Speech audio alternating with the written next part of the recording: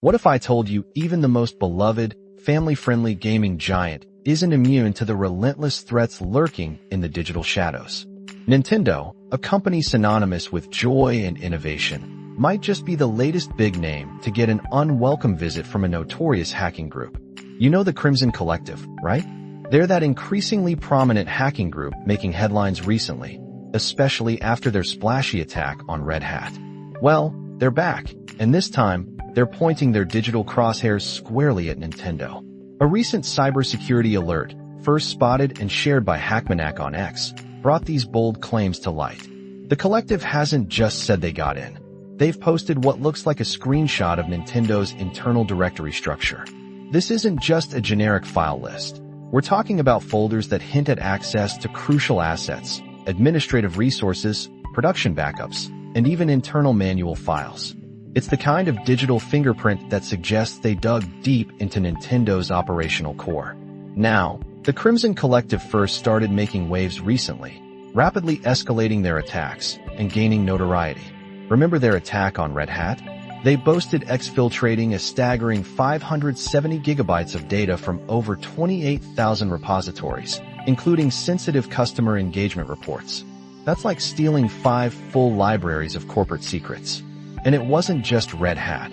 They've also claimed breaches at Claro Colombia and even a previous manipulation of Nintendo's website just a little while ago. This group primarily operates through Telegram, where they flaunt their breach evidence and pressure victims with extortion demands. They're pretty good at exploiting common weak points, cloud misconfigurations, exposed credentials, and vulnerabilities in web applications, the digital equivalent of leaving your back door unlocked and your keys under the mat. For Nintendo, this isn't exactly uncharted territory. They've faced their share of digital challenges before.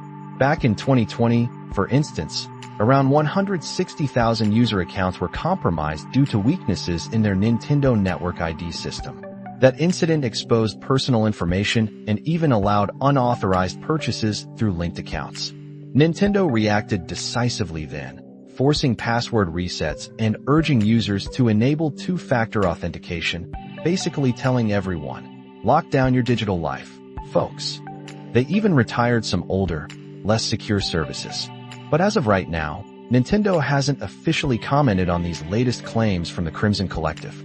The silence leaves us wondering just how deep this rabbit hole goes, and what sensitive data, if any, might have been exposed. One thing we know about Nintendo, though, they're typically not one to back down when it comes to protecting their intellectual property and their users. So, we're definitely watching to see how they respond. This incident really brings home a stark reality.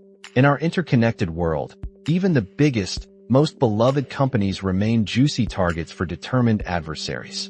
It's a constant battle, and it impacts all of us. What do you think this means for Nintendo and for cybersecurity going forward? We want to hear your thoughts. Make sure to subscribe to stay updated on this unfolding story and all the latest in tech.